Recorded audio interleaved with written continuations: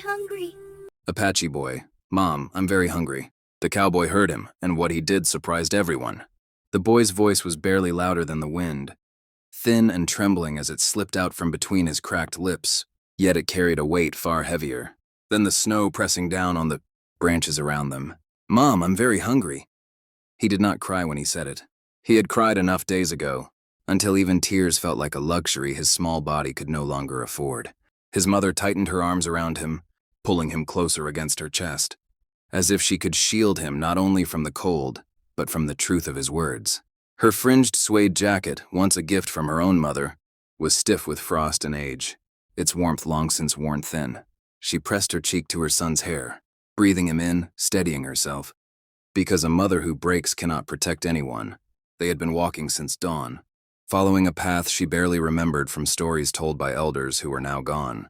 Snow crunched under her boots with every step, a sound that felt too loud in the silent wilderness, as though the mountains themselves were listening. Each step drained her, but stopping was not an option. Stopping meant surrender, and surrender meant her son would not see another sunrise. The boy's stomach growled again, a quiet but accusing sound, and she felt it against her own ribs. She whispered to him in their language, words of comfort she had learned as a child, promises she did not know how to keep. She told him stories of their people, of hunters who never returned empty-handed, of spirits who watched over children who were brave. He listened because he trusted her, not because the stories filled him. His eyes, too old for his young face, kept drifting to the endless white ahead of them, searching for something, anything that might mean food, warmth, or safety.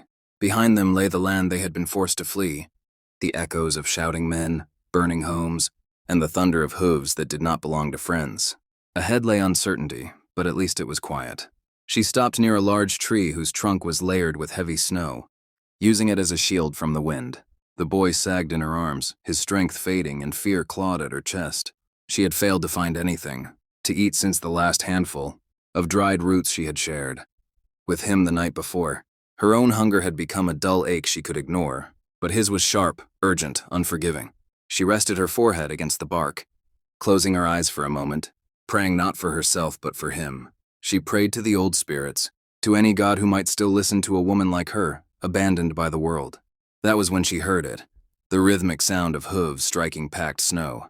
Her body went rigid, every muscle screamed danger. She pulled her son tighter, turning slightly so her back faced the sound, instinctively positioning herself as a barrier. The boy felt the change in her, felt her heart race, and he clutched her jacket with what little strength he had left. The hooves grew closer, steady and unhurried.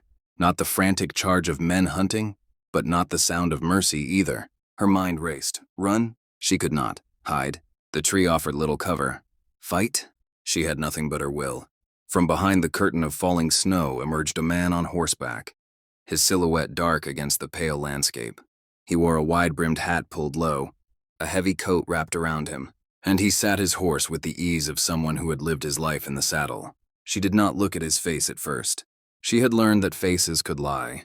She watched his hands instead, searching for the sudden movement that would mean a weapon. The horse slowed, sensing the tension, its breath rising in white clouds. The man's gaze fell on them, and for a moment the world seemed to hold its breath. He heard the boy's words clearly now, the echo of hunger still hanging in the air. He had heard many things in his life, gunshots, screams, curses, but something about that small, exhausted voice cut through him in a way nothing else ever had. He raised a hand slightly, palm open, a gesture meant to calm, not command. The woman flinched anyway. She had seen too many open hands turn into fists. Her eyes finally met his, dark and defiant despite the fear burning within them. She did not beg. She did not plead. She simply stood there daring him to do his worst, because a mother with nothing left to lose is more dangerous than any weapon. The cowboy felt something shift inside him. He thought of his own childhood, of empty plates and long winters, of a mother who had gone without so he could eat. He thought of the choices he had made since then, the lines he had crossed to survive in a world that rewarded hardness and punished kindness. He had told himself many times that mercy was a weakness, that the frontier had no room for it. Yet here it was, standing before him in the form of a starving child clinging to his mother. He dismounted slowly, deliberately, keeping his movements measured so as not to frighten them further. The horse snorted softly but stayed calm. The woman's grip tightened as he stepped closer, her body coiled like a spring. If he tried to take her child, She would fight with teeth and nails until her last breath. The cowboy stopped a few paces away, respecting an invisible line she had drawn. He glanced at the boy again, noting the hollow cheeks, the trembling hands, the way his eyes followed every movement with desperate hope. The wind whispered through the trees, carrying with it the unspoken truth that time was running out for them. In that frozen moment, 3 lives intersected, one shaped by loss, one by survival, and one by a hunger too deep for words. None of them knew it yet, but what would happen next would ripple far, beyond this lonely stretch of snow-covered land, challenging everything they believed about enemies, compassion, and what it truly meant to be human. The cowboy reached into his saddlebag, and the woman's breath caught in her throat. Her body tensed, ready for the worst. But instead of a weapon, his hand emerged holding a small cloth-wrapped bundle. He knelt slowly in the snow, lowering himself to the boy's eye level. Careful not to rush, careful not to threaten. The cold bit into his knees, but he did not seem to notice. He unwrapped the cloth to reveal dried meat and a piece of coarse bread, worn from travel but still good. The smell alone made the boy stir, his eyes widening with a spark of life that had almost gone out. The cowboy held the food out, not pushing it forward, not forcing it, simply offering it as one human being to another. "Easy," he said quietly, his voice low and steady. "It's for him." The mother searched his face again, deeper this time, looking for deceit, for cruelty hiding behind kindness.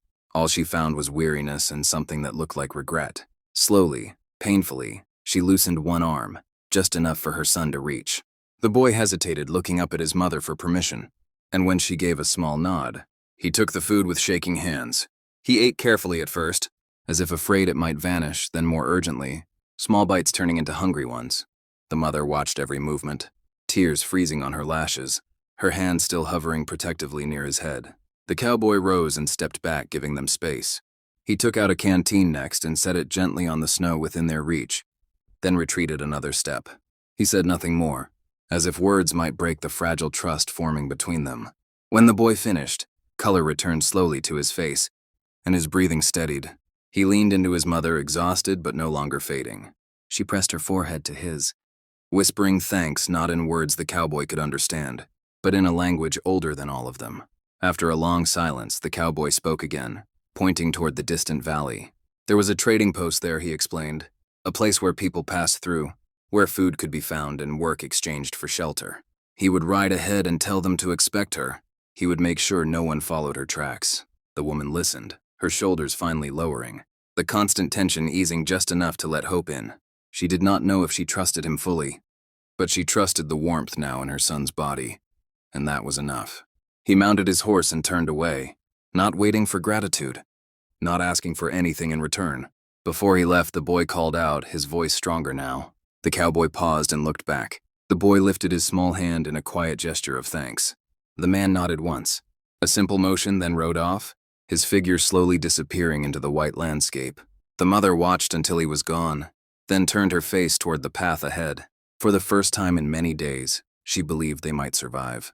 Holding her son close, she stepped forward, carrying with her not just food for the journey, but the memory of a stranger's mercy that would live on in her heart long after. The snow had melted,